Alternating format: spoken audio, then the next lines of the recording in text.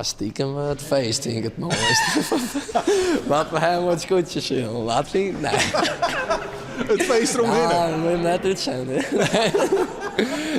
Nee, het ziel en dus gewoon de sfeer bij het scootjes zien is altijd echt superleuk. Wij zijn een scootje aan het verbouwen.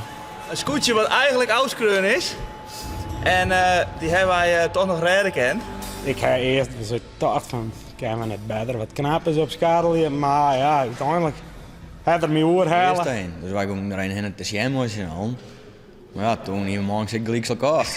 Eerst dat twijfel en toen wien ze de Westerschen, toen ik zelf net, maar toen iedereen met elkaar. Er moest net de kop hingen laten, maar dan werd het helemaal niks. Dus dit dus één keer in je leven en dan wist je wel klaar mee.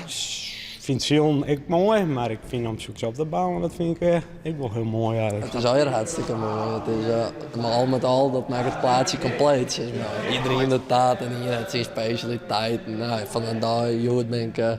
Nou, allemaal leuk. Ik ben de hele dag met mijn broer bezig geweest. Hebben dit er weer in maken, maar als je het waar. Nou, het zie je heel in net met.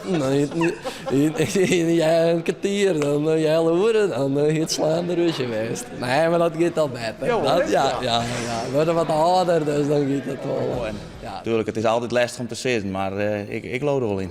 Nou, en wij zijn ervan overtuigd dat deze sneller is dan de Lonneke. Hoe zijn we net ombegonnen? Hij had er nooit een wedstrijd ziel, dus dat moet maar zien.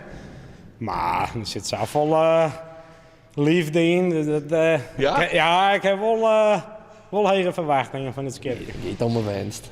Nou, tuurlijk. Niet om het kampioenschap. Dat is tuurlijk. Daar bouw je het voor. Hoor. Dus dan kijk ik wel wat er van.